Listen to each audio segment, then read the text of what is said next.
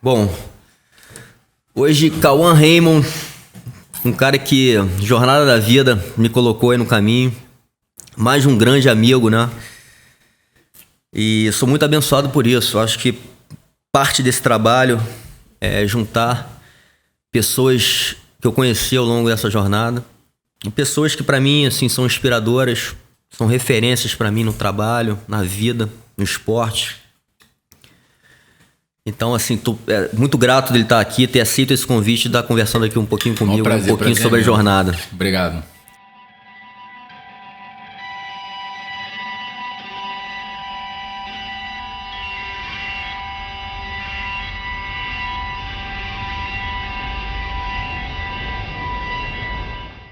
Geralmente, cara, eu começo falando um pouquinho, né, do início, o início da jornada, o início da vida das pessoas, né?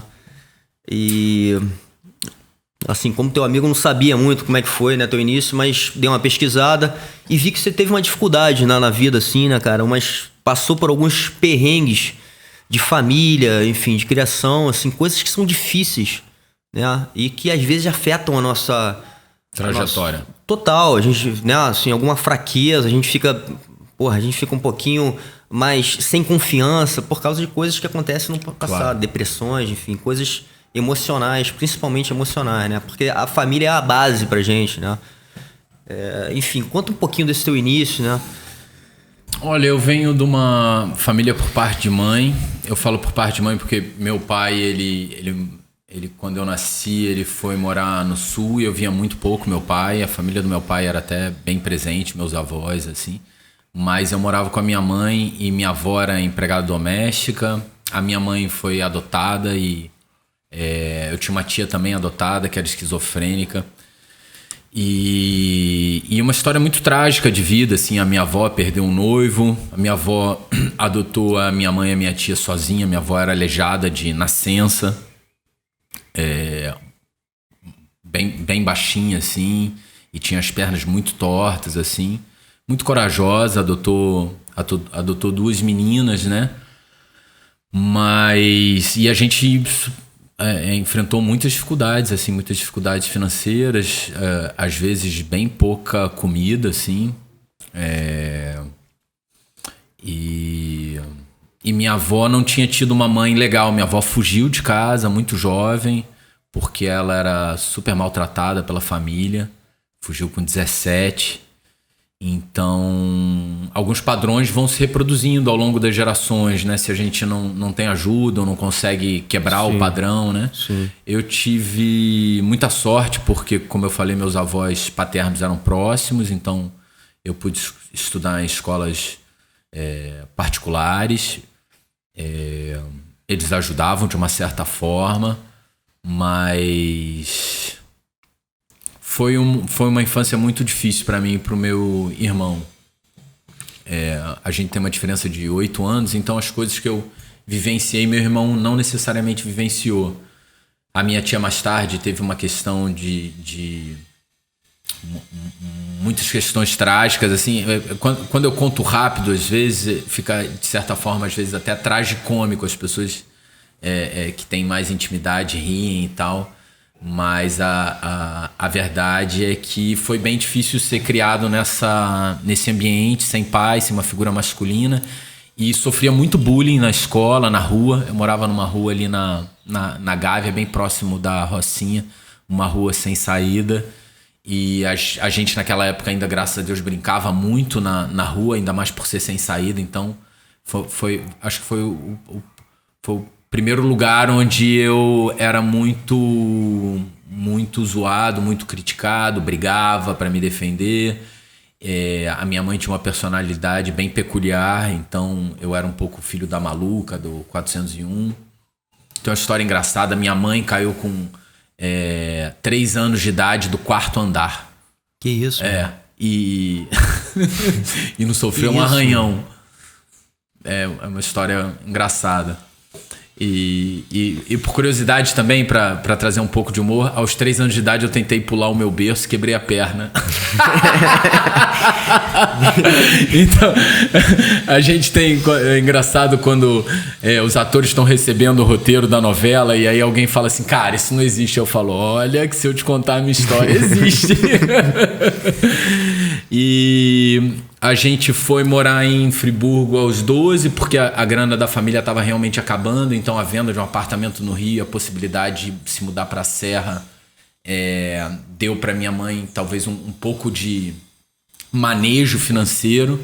Minha mãe foi de tudo, minha avó era empregada doméstica, como eu disse, minha mãe era vendedora da Mr. Cat, da Company, Extinta Company, que depois se tornou minha patrocinadora como lutador. Legal. E uma super coincidência boa, assim. E no final minha mãe estava vendendo paçoca, eu ia com ela em todas as lojas de produto natural do Rio.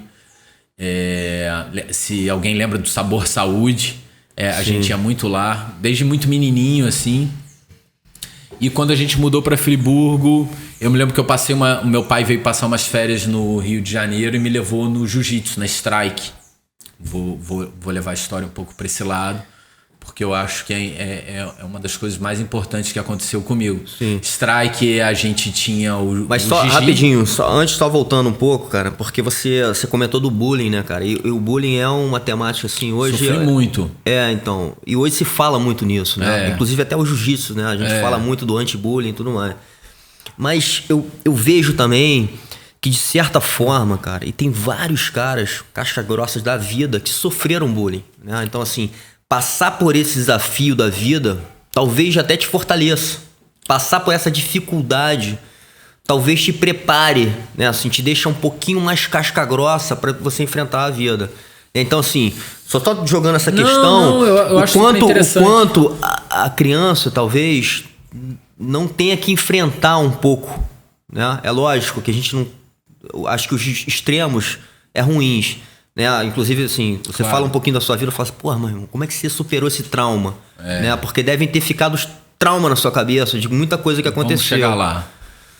E eu sofri muito bullying mesmo, assim. Quando eu me mudei para Friburgo, voltei a sofrer muito bullying, porque no Rio de Janeiro eu tive muita sorte, fui estudar no CEL, na 4ª e 5ª série, se eu não me engano.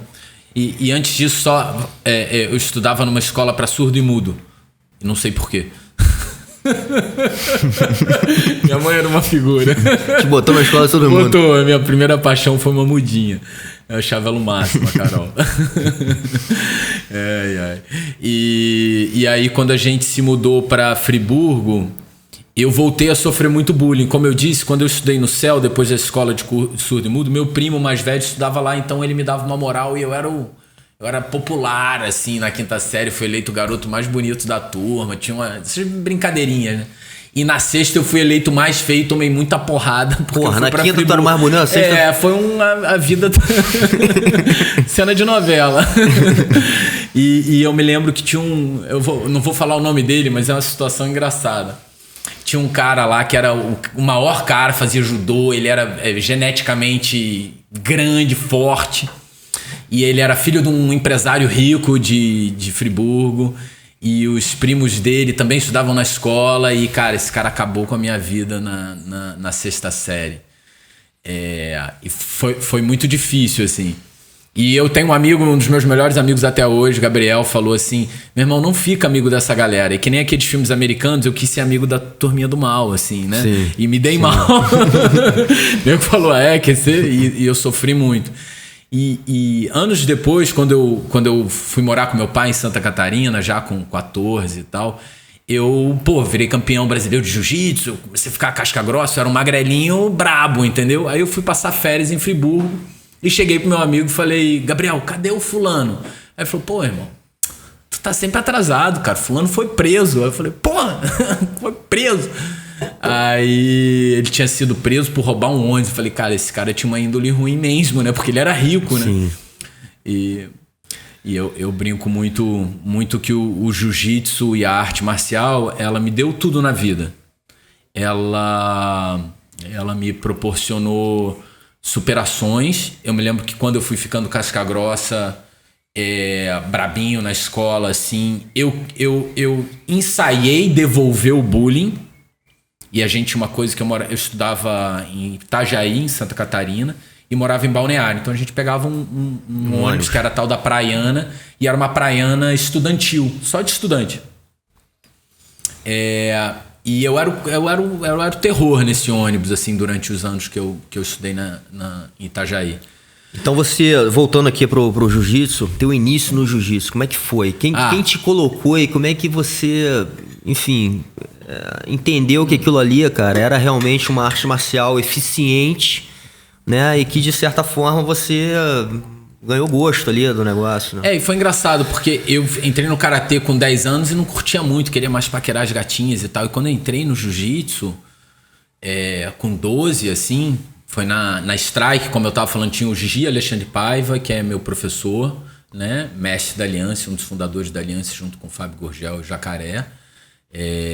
O Traven, Roberto Traven. Sim. Tinha o Ratinho, o Múzio. Quem mais? Aí depois veio o Léo Leite, tinha uma equipe Tererê. Léozinho Vieira também. Léo Vieira era da Master. Sim. Né? De vez em quando o Ricardinho vinha, né? Que hoje eu sei que o Ricardinho é da Checkmate, né? Sim. E o Leozinho também, né? Eles fundaram a Checkmate, né? São dos fundadores. Mas a Strike era esse... E eu também fazia aula juvenil, né? Faixa branca, faixa amarela. Você começou com qual idade? 12. E foi sua mãe que colocou? Meu pai, quando veio passar férias no Rio, assim, ele começou a fazer jiu-jitsu lá em Santa Catarina com o professor Paulo Sérgio Santos, que era um aluno do Jacaré, e me levou, assim. E foi um game changer, porque eu me apaixonei.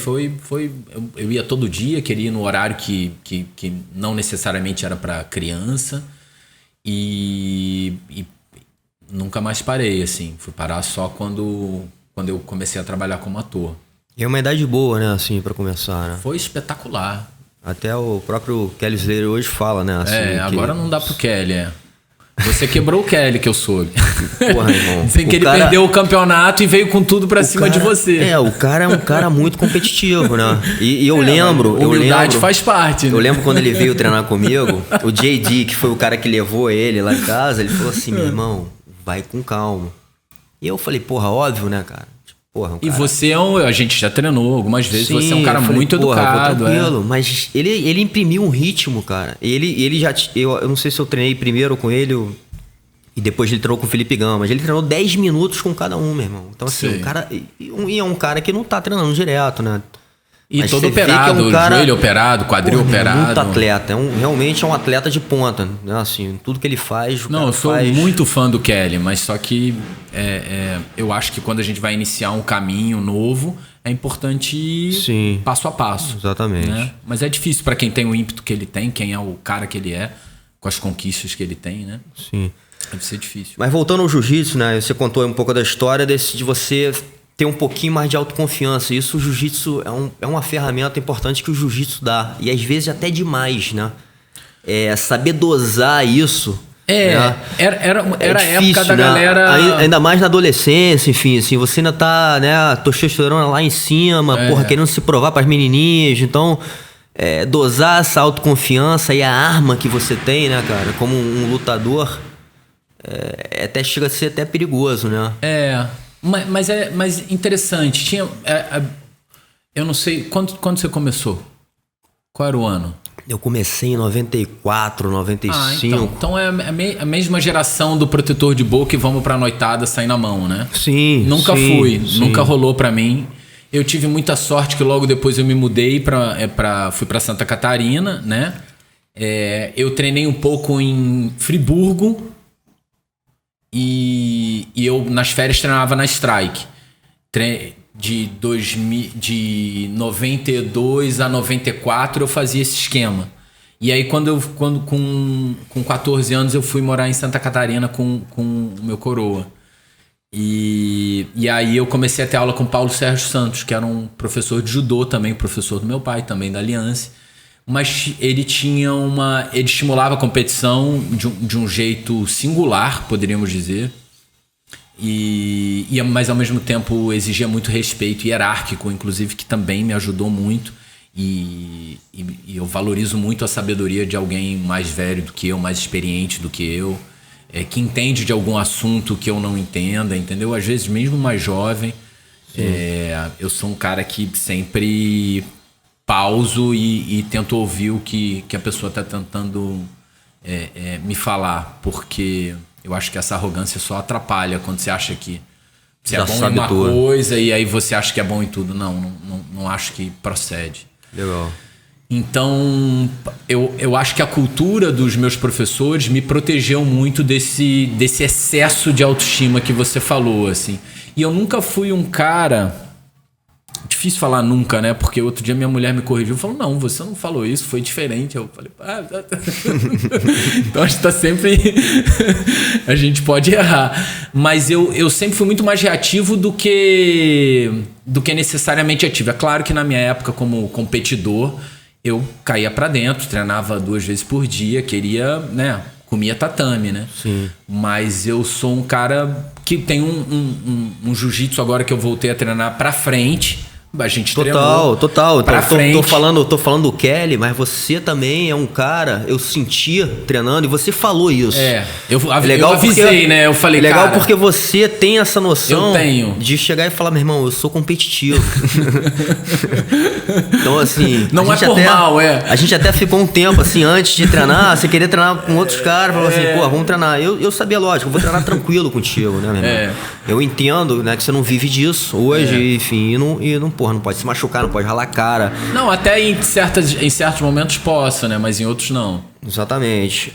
Mas eu tenho outra, assim, você foi, cara, falando da geração, porque você atravessou uma geração. Você participou, acho que a gente, de uma geração que teve uma evolução ali, né? De muita coisa, né? Como você falou ali, porra, nessa época, quando eu iniciei, meu irmão, era porrada em todo evento que a gente ia, meu irmão.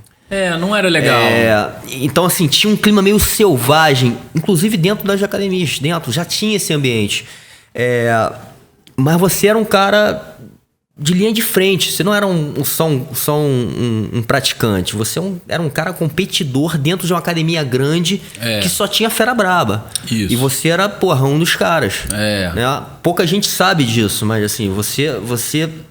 Por que eu tô falando isso? Porque são botões que você foi colocando ali na sua vida, cara, e que de certa forma te moldou, né, como pessoa. Você passou por essa experiência como competidor de linha de frente de uma academia grande. Eu tenho a sorte de ter participado, assim, de um momento super interessante de... Eu tava conversando com o Fábio Gurgel, que ele também me convidou para bater um papo no back-to-back dele, e era uma época de muito casca grossa, muita truculência, sim. muito quem é mais brabo. E por um lado, isso era uma época divertida, porque tinha muito maluco na academia. Muito. E uns malucos, gente boa pra caramba, mas maluco. Sim. Entendeu? E você brigava com os malucos, e os malucos brigavam com você, e como você mesmo disse, era uma época de formação. Assim, hoje o jiu-jitsu toma um outro lugar. Sim. Tem uma proteção, né, pro executivo, você encontra um parceiro de treino. Quem quiser tomar o rumo da competição, toma. Tem lugar para todo mundo dentro dessa arte marcial, né? Tão bonita. Então, eu tenho certo... como você mesmo falou, me construiu muito e me deu muita fibra, né? Acho que a palavra é essa, fibra, porque era uma época muito difícil. Se você não tivesse carne de pescoço, não ficava, né? Não aguentava, né? Total. Não aguentava. Tem uma palavra que você falou, já escutei você falando, e que eu acho que o jiu-jitsu, de certa forma, trabalha muito isso, que é a determinação, né, cara? Assim, você ser determinado a chegar lá. A gente sabe que não adianta, eu acho que o sonho é importante, mas para você conseguir alcançar, né, o sonho, uma meta, você tem que ter uma determinação, né? Porque vai vir desafio, vai vir obstáculo. Então o jiu-jitsu ele te ajuda de certa maneira. Eu competi outras coisas, né? Às vezes não era tão bom, mas porra, meu irmão, eu tinha uma raça ali, uma determinação de querer fazer, de querer chegar, que me ajudava, me impulsionava ali, eu chegava perto, entendeu? Sei. Eu acho que o jiu-jitsu tava ali. Depois de um tempo eu comecei a entender que o jiu-jitsu tinha muito valor na minha vida, porque não só ali na hora do dojo, mas porra, lado profissional também, Claro. enfim, em tudo, né? Ele de certa forma me ajudava. Eu acho que a academia naquela época foi uma faculdade de vida, de certa forma, né? E cara, é muito importante frisar que eu tive, o Gigi é um super mestre, várias vezes campeão mundial, de uma família vencedora. A Dani, a esposa dele, também campeã mundial daquela prova que eu não sei o nome, mas que você cruza os Estados Unidos. Ela foi campeã milhares de vezes disso. Agora acabou de ser. O Vitor, que é o meu professor hoje em dia, que é o filho do Gigi, que é o responsável pela Aliança Rio, também várias vezes campeão mundial. O Antônio, mais novo. Só a Júlia que seguiu o caminho um outro caminho, assim. Então, e um ambiente extremamente familiar, com respeito à família. E eu acho que isso foi uma coisa muito boa para mim de participar. Claro, de ter uma equipe com um monte de casca grossa, um monte de maluco, de um jeito divertido falando, né? Ninguém fazia nenhuma... Não tinha desrespeito. E quando tinha, era colocado no seu devido lugar. Sim. Mas é muito importante ter um mestre que valorizava muito a família e valoriza muito a família. Legal. Né? Isso eu acho que para um aluno é legal, assim, porque te ajuda na formação do ser humano que você está se tornando e vai se tornar, né? Não Total. Só do lutador, né? Total.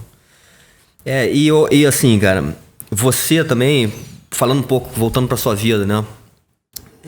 Teve um momento ali que você se tornou modelo, enfim, viajou o mundo. Foi. Eu falo isso até porque eu vivenciei também um pouco essas coisas de estar muito vivenciando o jiu-jitsu de forma intensa, mas, porra, ao mesmo tempo, cara, eu tinha um trabalho profissional super envolvido com marcas grandes, né? Claro. Reunião com diretoria. Então, assim, por que eu tô falando isso? Até com a música, eu fui músico também, então era assim, com surf, era uma diversidade de coisas, né? E de tribos. Então, Sei. porra, eu tava de manhã lutando no campeonato de jiu-jitsu, de noite eu tava tocando um circo voador, numa banda de reggae. Então, assim... não combina muito. Exatamente, mas isso, cara, mas o que eu quero falar é o seguinte, isso te dava uma amplitude, né? Assim, você tá em várias tribos conectado, eu acho que você teve um pouco isso. E eu quero até perguntar assim, como o jiu-jitsu, de certa forma, também te ajudou nisso, né? Porque assim, porra, a carreira de modelo é uma outra coisa, né, cara? Você lida com outro tipo de gente, né? Um outro ambiente, não tô, né, falando nem se é bom ou ruim, mas assim, é uma outra atmosfera. Mas eu não tive essa pluralidade de coisas, assim. Eu acho que ao longo da minha trajetória profissional, eu decidia fazer uma coisa muito bem e eu ia até encontrar uma satisfação, assim. Eu fui competidor até os meus 18 anos, né? Lutei adulto, fui campeão brasileiro na adulto, faixa azul e tal. E depois, como eu te disse, eu fui patrocinado pela Company. A Company decidiu fazer uma campanha e decidiu fazer um teste com os meninos. Chamou, na época, a Ana Hickman, era uma jovem modelo, uma top model e tal. E queria tentar usar atletas da marca. Eu fui selecionado junto com mais 2. E dali surgiu essa possibilidade. O meu pai, quando eu morava com ele, era um cara me pressionava bastante para saber o que eu queria, encontrar o meu caminho. Ele sempre foi um cara muito, muito firme, mas colocava muita pressão. Então, quando surgiu essa possibilidade de ser modelo, eu não vinha de uma família abastada e eu achei interessante, pelas gatinhas, outro porque eu ia viajar o mundo, 2 porque eu acho, hoje em dia eu consigo ver que eu sempre gostei, para mim foi uma entrada no mundo artístico, né? Mas eu acabei trabalhando como modelo, assim, só como modelo durante só 3 anos. Porque logo depois eu ganhei uma bolsa de estudos para trabalhar para estudar, para me tornar ator. E eu dava aula de jiu-jitsu em Nova York. Eu morei em Milão, aí morei um tempo em São Paulo, aí depois morei em Paris. E aí depois fui para Nova York fechar esse ciclo. Na época era o grande ciclo da moda, hoje em dia o ciclo um pouco mais amplo. Já tinha Londres, claro, óbvio, mas... Tem toda uma semana de moda asiática, né? O mercado incorporou de uma forma. Inclusive, eu acho que o mercado fashion na Ásia é muito mais forte. Muito mais forte. Cresceu muito na Ásia. Principalmente na China. Né? É um grande público consumidor, mercado, né?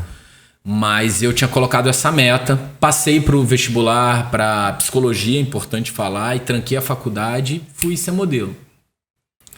E aí quando cheguei em Nova York, eu me lembro que surgiu a época que eram uns meninos muito magrinhos, ingleses, com cabelinho assim, que só dava para ver um olho, e eu não trabalhava mais. E aí eu falei, cara, vou voltar pro Brasil e tal. E meu pai falou, pô, por que você não tenta ser ator e tal? Eu peguei uma indicação com a minha booker na época, que era a pessoa que me vendia pros trabalhos de modelo. Fui numa aula e, cara, a mulher se amarrou na minha, me deu uma bolsa de estudos. Eu falei que não tinha dinheiro, ela falou, te dou um trabalho. E aí eu fui procurar um lugar para treinar em Nova York, fui lá no Fábio, que era na 14, que era da Aliança na época, foi indicado pelo Gigi. E aí cheguei lá, dei um bom treino e tal, fui correto, educado e tal. E aí o Fábio, depois de um tempo, falou, pô, por que você não me ajuda aqui a dar aula e tal? O Fábio Gurgel, agora no Back to Back, falou que foi ele que falou pro Fábio me chamar. E a experiência como professor, cara? Porque também é uma outra coisa, né? Assim, você lidar e de passar um pouco esse teu conhecimento. Cara, o meu professor, assim, eu tô falando muito do Gigi, mas eu passei uma grande parte metade da minha jornada até a faixa preta foi o Paulo Sérgio. Ele é um cara muito, muito duro e técnico e exigente e sério e era um treino sem brincadeira, sem muita risada. Então eu fui e meu pai sempre foi muito militar comigo, assim. Então eu fui um professor muito duro, eu sei. Mas eu lembro que todos os meus atletas medalhavam. Maneiro. Eu achava legal, era um moleque, né? 20 anos, né? Sim. E foi a última vez que eu competi. E eu acho que é interessante falar também que o jiu-jitsu tinha uma coisa do meu pai, que ele queria muito ter sido atleta, assim.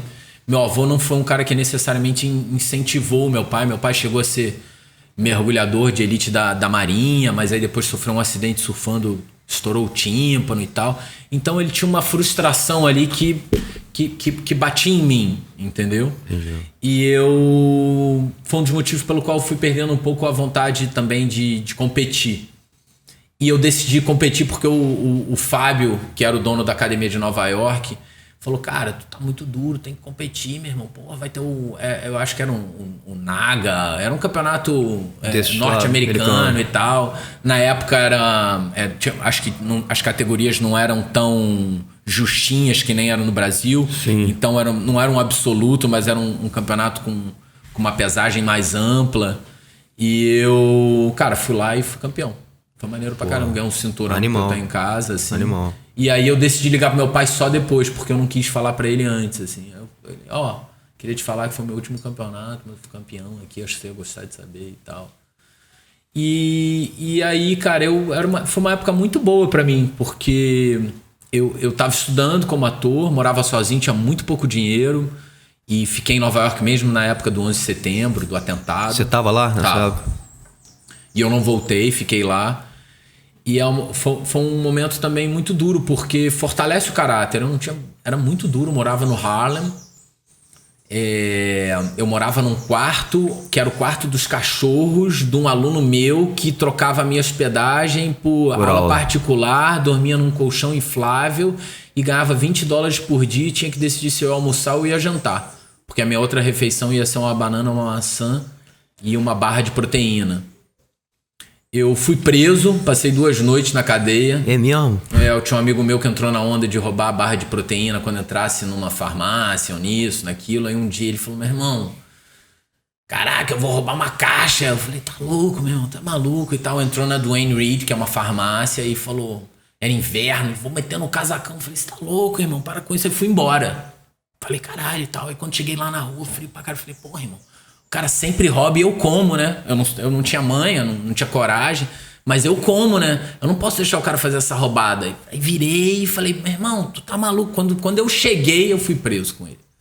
E aí, algemado, mão na cabeça, entra na viatura. Pô, dormi a primeira noite na delegacia, a segunda noite no presídio. E, pô, e a gente costa com costa, né, meu irmão? Foi horrível, eu lembro, cara, acabei de ganhar uma bolsa de estudos, o que eu vou dizer pro meu pai, cara? Eu vou dizer por que pra minha família? Isso não afetou depois a tua... Não, porque foi antes do 11 de setembro. Se tivesse sido depois, eu nunca mais entraria nos Estados Unidos, assim. E eu lembro que foi um momento marcante que eu falei, cara, eu tenho que valorizar muito essa profissão que tá se abrindo para mim. Foi uma época especial, foi uma época muito solitária. Eu tinha, sei lá, um casaco só, durante 2 anos tinha uma jaqueta só. Um inverno muito solitário, né? Que eu acho que é o mais difícil, assim. Sim. Né? Quando eu morei em Paris também era muito difícil, muito solitário, assim, uma época sem trabalho. Mas fortaleceu meu caráter de uma forma inacreditável. E era muito gostoso da aula. Era um dos momentos mais bacanas do dia. Isso que eu imagino, assim, de novo, né, cara? Você tá contando uma outra história de superação, né? De dificuldade. E eu acho que isso te faz mais forte de alguma maneira, né? Você passar por isso.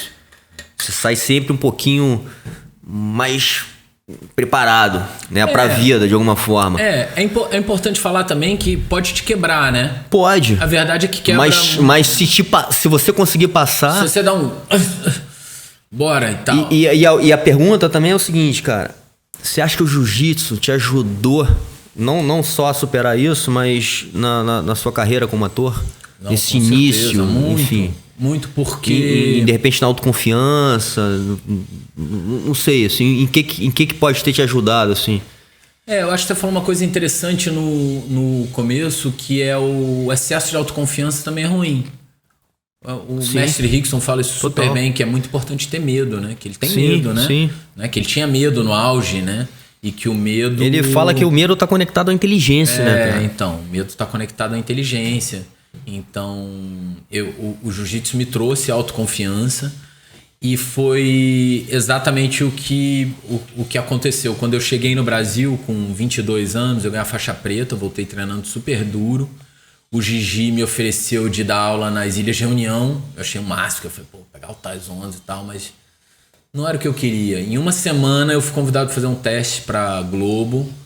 E eu tava indo com um amigo meu porque eu tinha certeza que o cara ia passar e quem passou fui eu. E aí eu treinei mais um mês e eu tive uma segurança. Falei, cara, eu faço isso aqui muito bem. Se eu não abandonar isso que eu faço muito bem, que eu sou apaixonado, eu não vou conseguir fazer outra coisa bem. Ninguém me falou isso. Eu parei. Eu voltei a botar o kimono ano passado. Devo ter treinado 5 vezes nesses últimos, sei lá, 17 anos que eu fiquei parado. E aí eu decidi me tornar um bom ator. Você se dedicou a uma outra coisa, virou a chave. E aí eu acho que entra uma outra coisa. Não, é só pra te responder. Porque essa autoconfiança que você falou foi importante pra eu entender que eu não sabia direito do assunto que eu tava falando. Por mais que eu tivesse estudado fora e tal, quando eu entrei na televisão... eu tive certeza de que eu não sabia direito, que não tinha uma escola preparatória para 4 câmeras, entra e tal, tem que dar oi, tchau, isso. É diferente de você se preparar, às vezes, para uma cena de um filme, onde você tem um tempo. A televisão, principalmente essa coisa de novela, a gente às vezes faz 30 cenas num dia. Então você tem um volume de texto que você tem que estar muito atento, conectado, focado, determinado... Legal. Para entender que você não chegou lá ou que está chegando lá. E eu acho interessante uma coisa que o Bernardinho fala, que para você encontrar excelência, você precisa 10 anos intensos fazendo alguma coisa. Não é 10 anos fazendo alguma coisa, 10 anos intensos para fazer alguma coisa. E eu realmente acredito nisso. Assim. Eu acho que eu encontrei a excelência naquele momento ali que eu ganhei a faixa preta, que foi meu auge, né, como lutador. E depois eu levei uns 10 anos como ator para encontrar uma excelência. Eu não tô me autoelogiando de forma alguma, mas excelência no nível de que eu sei fazer o meu ofício, sem entregar bem o meu ofício. Dependendo do personagem, um pouquinho mais para cá, dependendo do personagem, um pouquinho mais para lá. Mas eu sei sobre o que eu tô falando, assim, como dentro da minha profissão. Eu vejo, cara, eu acho que assim, um outro princípio, né, que eu vejo na arte marcial, eu vejo que você tem muito, que é a disciplina, né? E que você valoriza isso. Né? Acaba sendo um problema depois, né? Por quê? Porque eu gosto de dormir cedo, né? Eu tenho muita disciplina, mas eu fui ficando mais disciplinado, por incrível que pareça, assim. Eu fui abrindo mão de algumas coisas, de alguns prazeres que começaram a... Entre esse prazer que me deixa nessa escala feliz, tô dando, de, sei lá, comer uma parada muito junk, e esse prazer de me sentir saudável e vigoroso pra surfar, treinar...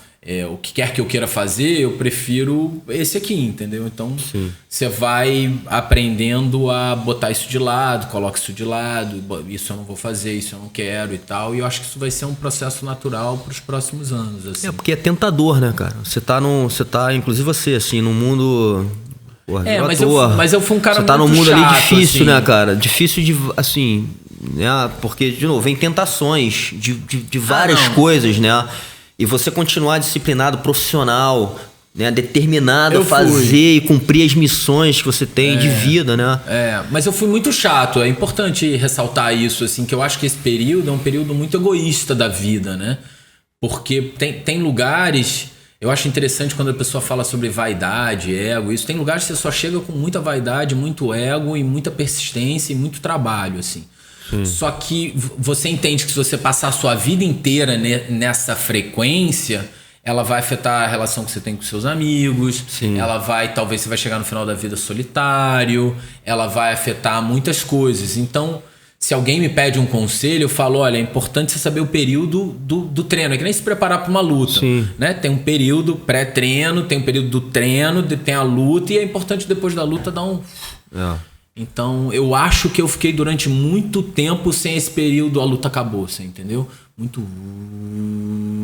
E hoje em dia eu percebo que isso, inclusive, atrapalha você chegar na sua trajetória, porque é importante ter o descanso na determinação, assim.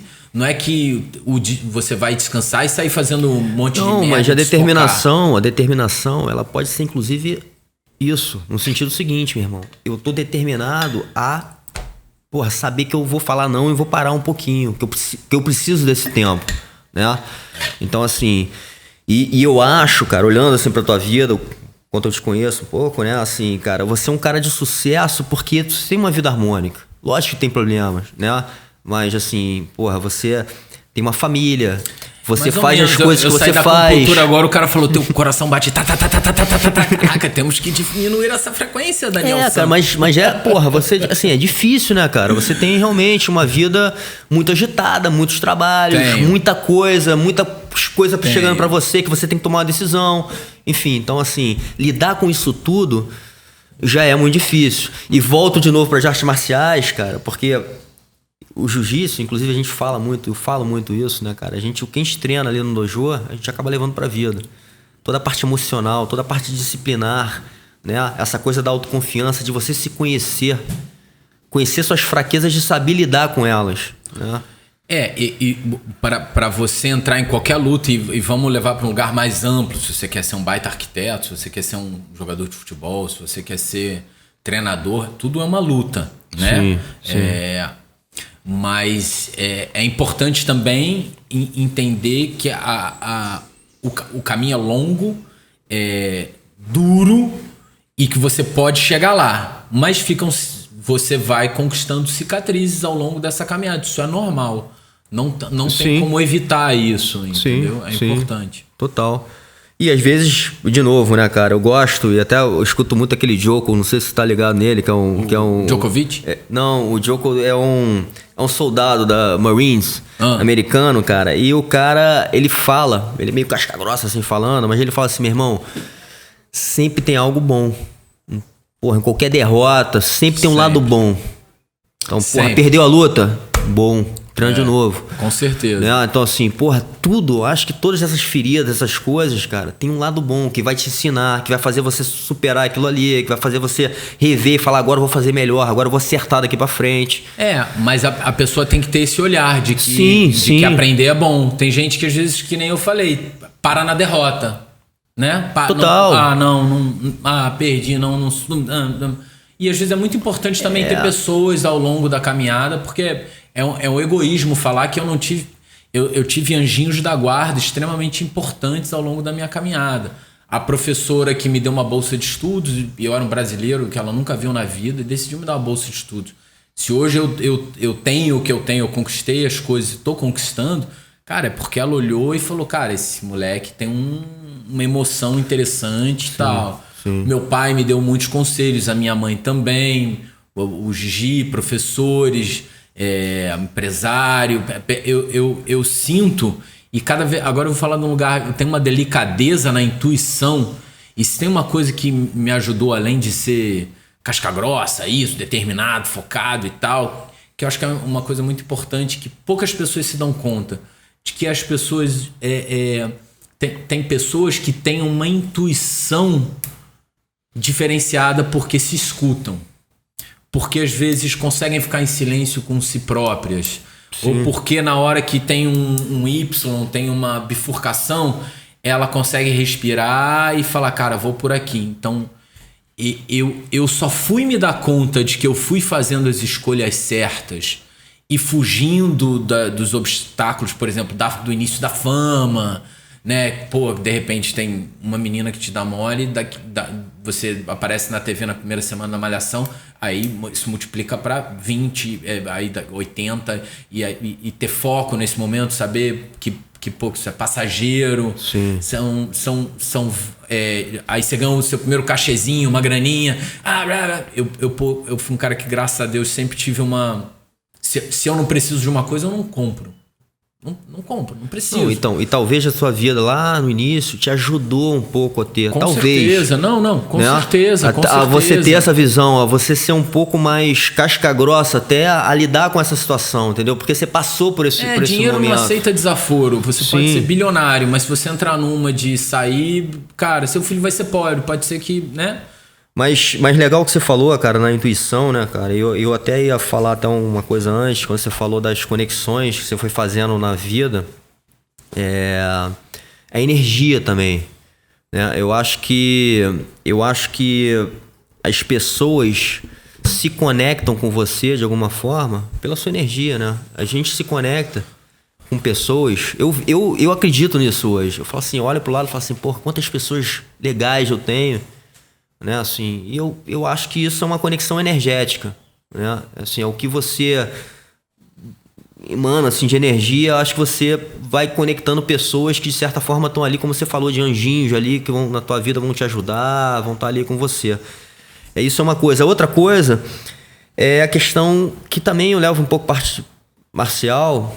Se for lapidado, cara, eu acho que eu vejo isso, essa sensibilidade da gente sentir, se conhecer, a gente pode trabalhar isso, principalmente no jiu-jitsu, né? Porque é uma arte de autoconhecimento, né? De você começar a sentir teu oponente, sentir o ambiente, se sentir, se entender melhor. Claro. Né? Então acho que eu sinto que você é um cara que tem essa sensibilidade.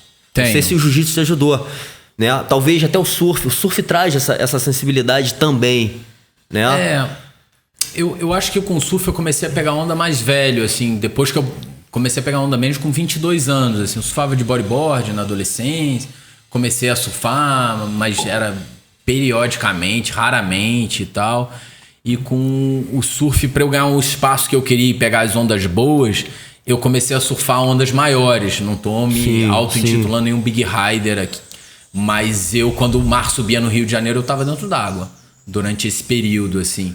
E a minha conexão com o surf foi um lugar onde eu peguei um pouco, transportei a competitividade que eu tinha no jiu-jitsu, que dentro da minha profissão não serve, porque é um jogo de frescobol, né? Não é um jogo de tênis que eu jogo a bola pra você não pegar. Dois atores têm que... É um balé, é uma dança, né? Sim. Com emoção, com isso, com técnica, para na marca, fala, emoção, isso. E você vai melhorando e maturando dentro desse lugar. Mas no surf, além de ter essa conexão, claro, com a natureza, que para mim é super importante, tinha a conexão de eu me autodesafiar. E como eu comecei a surfar mais tarde... Eu estabeleci pequenas metas. Eu quero surfar tal lugar, eu quero surfar tal onda, eu quero estar dentro d'água no canto direito da prainha e pegar a boa da série, entendeu? Isso talvez uma das maiores conquistas que eu tive como surfista, assim, porque para quem surfa no Rio sabe que a prainha num dia de 2 metros de onda boa, para você pegar a boa da série, ou você deu sorte ali porque alguém caiu no drop, ou você faz parte de um grupo seleto de pessoas que vai pegar essa boa da série. Sim. Então eu fui estabelecendo essa meta e podendo podendo colocar essa competitividade que eu tenho em prática ali num lugar e de uma forma objetiva, sabe? Eu sabendo o que eu tô fazendo, assim. E um talento, né, cara? De certa forma tem um talento ali por trás, né? Porque assim, você está talentoso, não. Porra, mas começar com 22 anos de idade, né? E a gente até se conheceu no campeonato de surf de faixa preta. Em que, porra, meu irmão, tudo bem que é um campeonato amador, mas tem uma galera ali que surfava bem. Né? E você, porra, chegou na final lá brigando com os caras. Eu peguei 2º lugar, perdi pro Brasa. Exatamente, porra, um cara que é ator, que tem uma vida corrida, que, porra, não tá sempre na água, enfim. Mas eu fui relativamente determinado. Surfei Jaws na puxada. Quando eu tava com uns 26, eu passei uma temporada longa no Havaí com o Burley e com o Heraldo, quando eles ainda eram uma dupla. Surfei Jaws, surfei Phantoms bem grande, 20 pés. Eu tive uma boa época como surfista, assim. Hoje em dia eu acabei me tornando aquilo que eu sempre criticava. Falava que eu não queria ser... esses empresários que viajam pra surfar, só surfa quando viaja. Agora eu me tornei... Ou quando o mar sobe e eu tô livre, aí eu vou. Ou quando eu vou pra algum lugar. Costa Rica, Maldivas, Havaí. Aí eu me preparo um tempo antes, vou, passo uma temporada surfando, volto e continuo rotina normal, a rotina de pai. Mas eu vejo que assim, cara, você tem uma conexão com o mar, que é maneiro, né? Eu vejo que essa conexão, ela te traz também um pouco, a gente já caiu algumas vezes, né? Essa intimidade que você tem com o mar, você se sente um pouco tranquilo, inclusive, como você falou, cara, você cai nos mar grandes. Eu gosto. Aqui no Rio, porra, mas você vê, a gente foi até com o Heraldo outro dia, você vê que ele mesmo fala, porra, meu irmão, tá grande. Tava grande. Então assim, porra, é um cara que tá acostumado a ver aí, né? Uma onda de 30 pés, 40 pés na frente dele. Do Heraldo. Enfim, então, essa intimidade, essa conexão, né, que você teve, aí não sei, você fala começou mais tarde, mas de certa maneira você criou uma intimidade rápida, eu pegava onda de bodyboard desde muito novinho e pegava onda grande, só que eu não era surfista, né, não ficava em pé na prancha, então eu sempre fui um moleque corajoso, tomava caldo lá no pontão do Leblon e voltava para dentro do mar. Mas eu fui fazendo escolhas, né? Tudo na vida é escolha, né? Sim. E eu fui querendo me aprofundar na minha profissão. Hoje eu trabalho como produtor também, além de ator. Isso toma um tempo, tem uma demanda. Eu acho que também com o amadurecimento você vai escolhendo onde você quer gastar sua energia física também. Então hoje eu acho que uma inteligência que eu fui construindo, posso estar errado, mas foi de manter o meu corpo preparado. Então, quando eu vou e passo 15 dias, 20 dias em algum lugar, eu tô apto a poder surfar as condições que aparecem. Se der um mar de 8 pés, eu posso cair, entendeu? Eu tenho inteligência de saber também, malandragem, de falar, cara, não vou nessa onda, vou sair da onda um pouquinho mais aqui e tal. Mas eu hoje me preocupo muito mais com a minha preparação física pra estar apto a dar um treino. Fiquei engasgado, que pareceu que você me aliviou. Não, cara, tá maluco, meu irmão.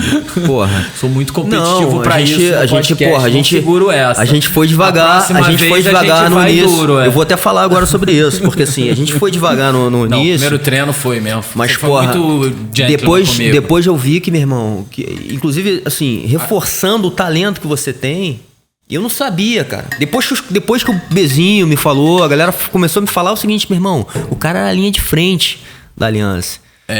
E realmente era o cara. E realmente eu vi depois, quando tu começou, né, assim, entrar no ritmo de treino, que, porra, irmão, o cara agora... deu uma endurecida. Agora não dá mais pra aliviar, meu irmão. Daqui a 2 semanas a gente se encontra. Enfim, então, assim, deu pra sentir que realmente, cara, você, né, assim, tinha um nível de faixa preta e aquilo, cara, mesmo sendo ator, e essa que por isso que eu falo dessa diversidade, né, por mais que você fale, não, mas o surf, o jiu-jitsu, cara, mas é difícil. É difícil você manter, né? E até, como você falou agora da preparação, até uma questão que eu quero botar assim, como é que é seu dia a dia? Porque, de novo, eu vejo você um cara assim muito ligado, né, assim, na parte de estar preparando, de fazer essa preparação, que não é só na parte física, né? Assim, é de você cuidar da cabeça também, do emocional, de estar bem. Porque isso influencia em tudo, na verdade, né? Muito na sua profissão, na sua relação com, enfim, com a sua mulher, enfim, com tudo, com a sua filha. Cara, eu adoro praticar esporte e, como eu te disse, eu entendi que num certo momento, para eu continuar a fazer as coisas que eu gostava, e eu comecei a ver isso em pessoas que eu via que estavam mais velhas que eu, e eu comecei a perceber quem se preparou bem e quem não se preparou bem. Sou muito observador. E eu ficava assim, cara, esse cara não se preparou bem, então ele não tá podendo performar do jeito que ele queria. Eu vi um cara saindo do mar e tal, que, tinha sido um cara que performava de um jeito isso, mas tinha uma dor nas costas, ou o ombro, ou então o cotovelo, porque, tem uma lesão que não bateu num treino com outro casca grossa, ou o cara ficou só surfando e aí não cuidou do resto do corpo. O surf é um esporte difícil, né? Porque se você não é ambidestro, que praticamente não é... Eu tenho um amigo ambidestro, então ele surfa dos dois lados, é uma raridade. Mas ele é a única pessoa que eu conheço. Você trabalha o corpo de um jeito muito repetitivo que não é necessariamente saudável. Então, se você não faz uma preparação... Quando você é garotão, tá tudo certo, vai lá, cai no mar, tá tranquilo, metabolismo lá bombando. Mas quando você vai, ficando mais velho, com 50, isso e aquilo, se você só depende do surf, eu acho uma raridade o corpo que não sente falta. Sim. Eu vi uma entrevista do Tony Hawk no Joe Rogan, e ele falava de como foi ruim pro corpo dele não fazer uma preparação física, assim. E eu fui me tocando de que eu queria continuar a performar num nível alto, que eu era um cara vaidoso, quando eu queria estar bem. E aí eu fui buscando cada vez mais uma preparação de fazer um pouco de musculação, de procurar treinadores, e faço sempre. Eu treino com muita gente, eu gosto de girar às vezes a galera com que eu treino. Não porque o cara é ruim, ou porque o fulano isso, ou porque eu briguei. Não, pelo contrário, tem uma boa relação. Sim. E hoje em dia eu aviso, eu falo, eu gosto de ficar um tempo e gosto de dar um rolê e mudar. E vou fazendo isso, assim. E pra mim é ótimo. Faço uma fisioterapia pra preventiva, que eu acho que é importantíssimo, pouca gente faz. Sim. Sou um cara muito bem alongado ainda, fiz yoga há muito tempo. E pro lado da cabeça espiritual, que para mim tá muito conectado, eu comecei a sentir que eu fui crescendo profissionalmente. E eu tive a minha mãe ficou doente, teve câncer.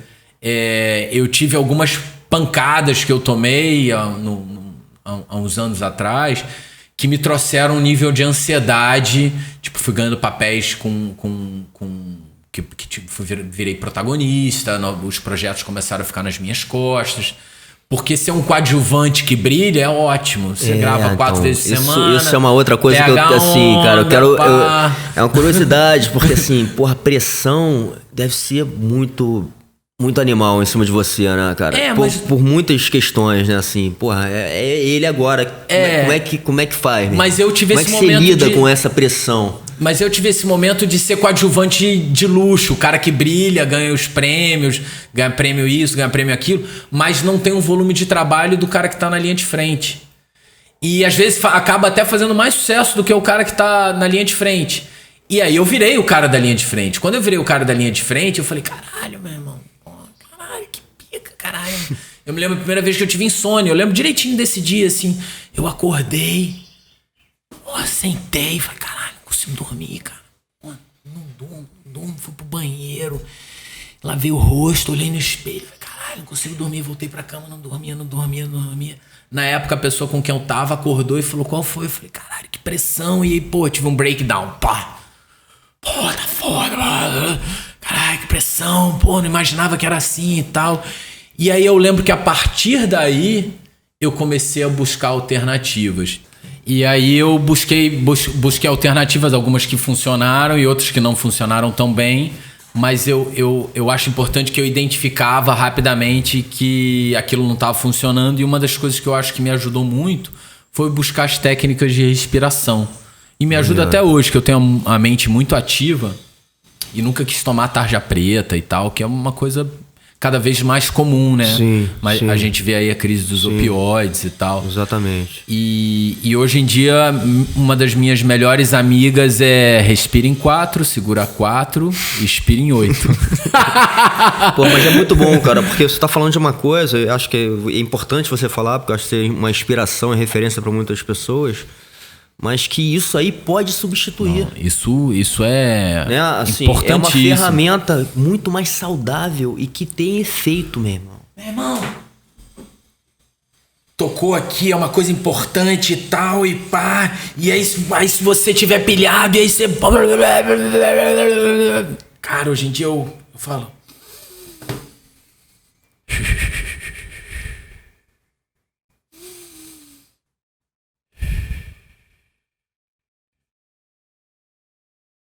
Aí ligo pra pessoa.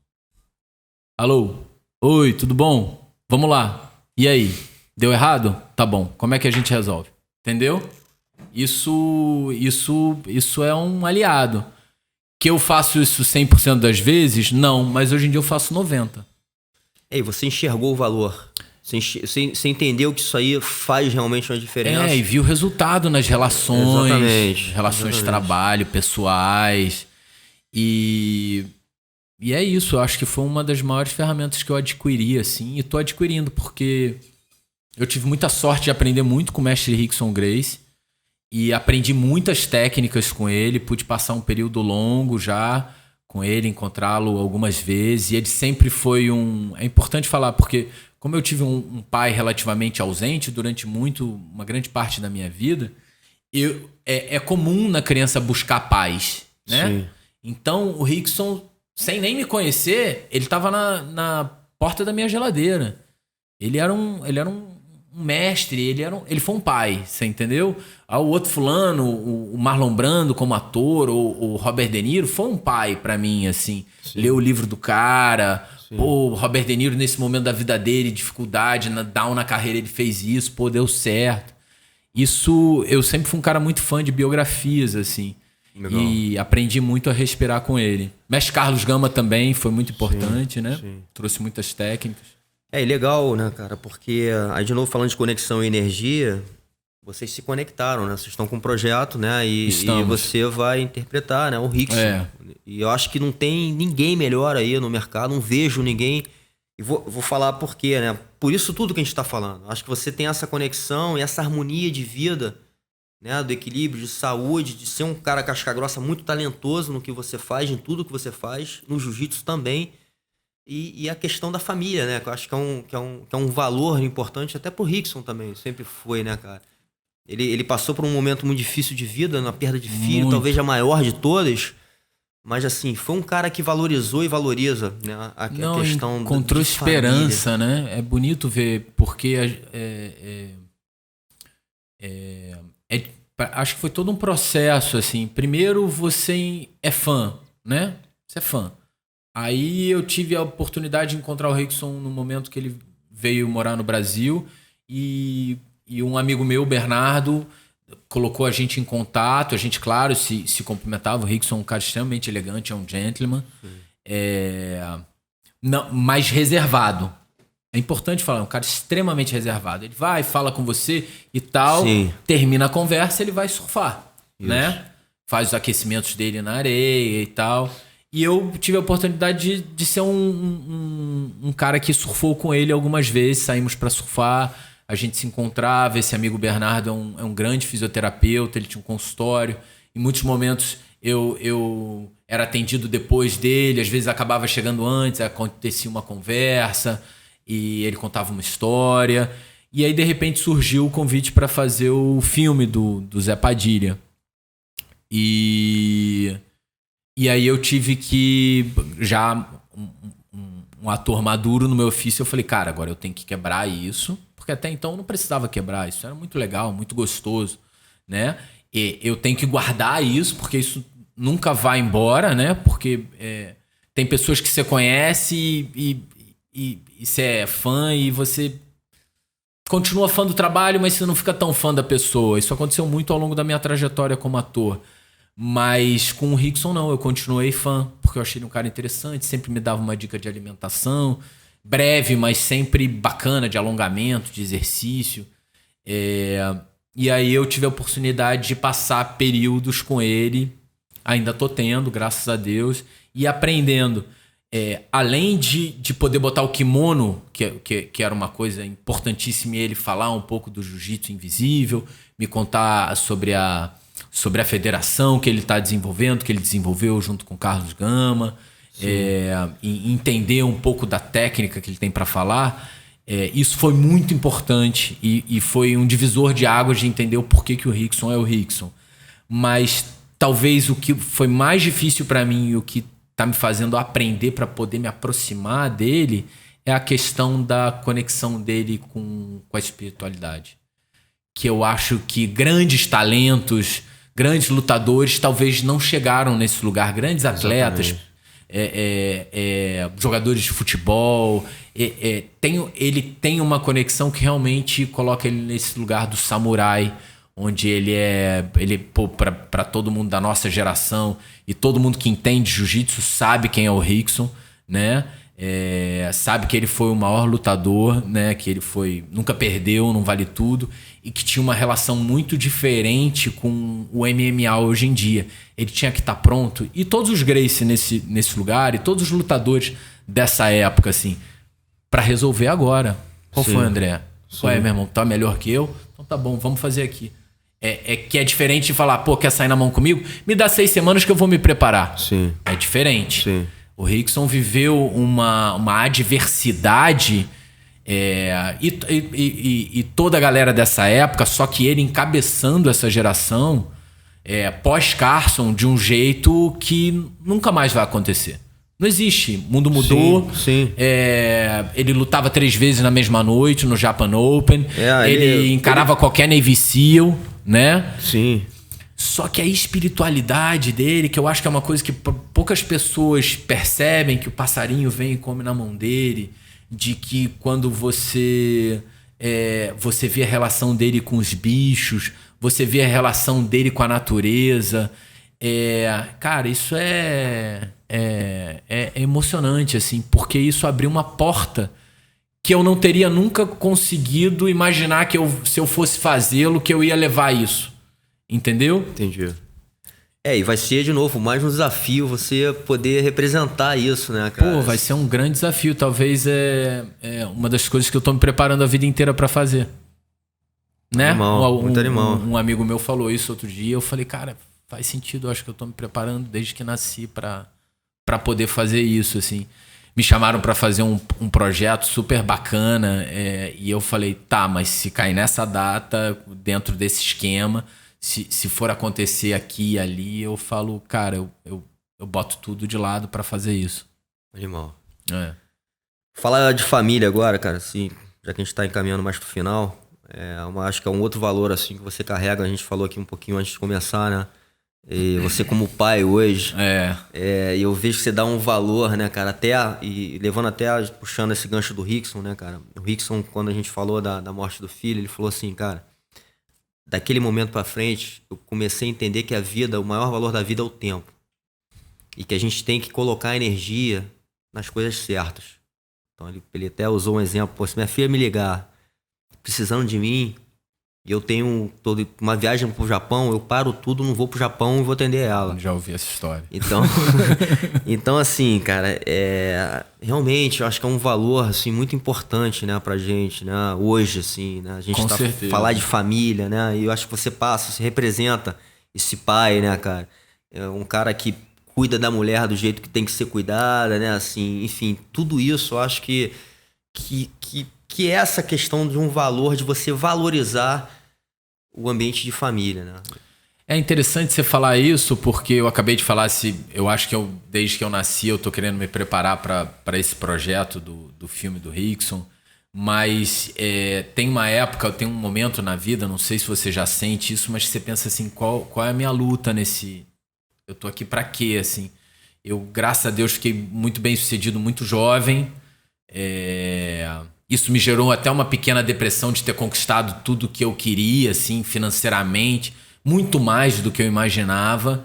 E me colocou um pouco, e aí, para onde vai a minha vida? E quando eu falo dessa espiritualidade que eu tô aprendendo, assim, me colocou num lugar de, tá bom, e o que eu quero? Qual é a minha função? E quando a minha filha nasceu, eu te disse que durante muito tempo fui um cara chato, egoísta. E foi quando eu comecei a me distanciar do surf que eu me tornei aquela piada que eu falei, agora eu viajo pra surfar e com ela. que é tipo assim, beleza, assim. É uma caída, não são mais duas, você entendeu? Porque à tarde a gente vai dar um rolê e vai fazer uma parada e tá tudo certo, e tá ótimo. Então eu acho que eu cada vez mais fui tentando deixar o meu trabalho um grande namoro, um caso de amor, mas o meu casamento ser com a minha família, com uma reconstrução que tá acontecendo. Eu cresci distante do meu irmão, da minha irmã, então tô toda hora tentando aproximar. Né? Eu vejo isso. Agora a gente tá vivendo um momento super especial antes de eu começar a trabalhar de novo, que daqui a pouco eu já volto a ser protagonista, vou fazer Gêmeos numa novela das 8, então você é um dos protagonistas, então vou trabalhar muito, mas nesse período tô conseguindo malhar todo dia de manhã com meu irmão. Então você tem um irmão, ou seja, já bateu esse papo, então você sabe como isso é especial, assim. Porque quando você é gurizão, você não liga muito, mas quando vai passando um tempo, você fala assim, cara, às vezes meu irmão tá ali fazendo boxe com o Cesário, que eu adoro o Cesário, que é um grande professor de boxe, que eu faço boxe. E aí eu fico amarradão de ver um moleque ali batendo direitinho, o ombro pra trás, pra frente, não tá batendo curtinho. Maneiro. E a relação com a minha mulher, de ela tem uma família bacana também, carinhosa. Então hoje eu tento estar mais casado com a minha família. Tento não trabalhar no sábado nem no domingo. A Avenida Brasil tá passando na Argentina e foi um sucesso de novo, caraca, e meu Deus, e eu comecei a ter que dar um monte de entrevista, e aí tinha uma entrevista ao vivo no domingo. Aí eu falei, pode ser gravada? Vamos fazer na quarta-feira? E pode parecer arrogante, eu sei que a gente tá vivendo um momento que tanta gente morreu, tanta gente ainda morrendo por conta da pandemia, tanta gente desempregada, mas é um presente que eu me dou para ser um melhor ser humano, de reservar esse momento que eu não tive durante anos, que eu sempre trabalhei sábado e domingo, para eu poder ficar em família. Não é que eu nunca trabalhei sábado e domingo. Eu não fui para Búzios com a galera, eu não fui para Mauá com a galera, eu tava em algum lugar trabalhando, ralando. Eu não fui, eu não fiz faculdade, que era uma coisa que eu queria ter feito, que deve ser uma época que você constrói grandes amigos, grandes amizades, é um desejo que eu gostaria de ter feito. Então hoje em dia eu tento me dar o direito de poder ter o sábado e domingo e fazer minha banheira de gelo com os meus amigos. Legal. De fazer uma aula de yoga com a minha mulher, de sair com a minha filha para andar com o cachorro, pintar um desenho com ela, ficar balançando ela na rede. Então eu acho que eu vejo isso como o porquê que eu tô aqui hoje, para quebrar os padrões das gerações anteriores às minhas, que foi uma coisa que eu falei no começo do nosso papo, de que a minha avó teve uma mãe ruim, que teve a minha mãe, que teve isso. Então eu vejo que eu fico feliz de estar no momento de poder quebrar vários padrões de comportamento dentro da família. Muito bom, cara. Muito bonito, assim, cara. De novo, acho que você é uma referência para muitas pessoas, né, cara? Eu acho que você tá agora até cumprindo uma missão, assim, de vida, né? Tem um lugar espiritual. Parece que você tá entregando, assim, tudo que a vida te deu também, de certa forma, de bom, assim, coisas boas. Os anjinhos da guarda, né? Exatamente. Então, assim, muito, muito bonito, cara. E até usando aí as palavras que o Rickson usou também, né, cara? Ele usou comigo isso, ele falou assim, porra, cara, isso que a gente tá fazendo aqui agora, né? Eu e ele ali na conversa, ele falou assim, eu tô dando esse tempo aqui pra você porque eu acho precioso. Então eu quero agradecer, meu irmão, isso que tu tá fazendo aqui comigo também. Obrigado. De tá dando seu tempo, meu irmão. De tá dando seu tempo, né? Colocando sua energia. E de, cara, ter teu respeito, a gente ser amigo, enfim, poder surfar junto. Obrigado, daqui a 2 semanas vamos treinar, hein? Vambora. Obrigado. Valeu, obrigado. Show.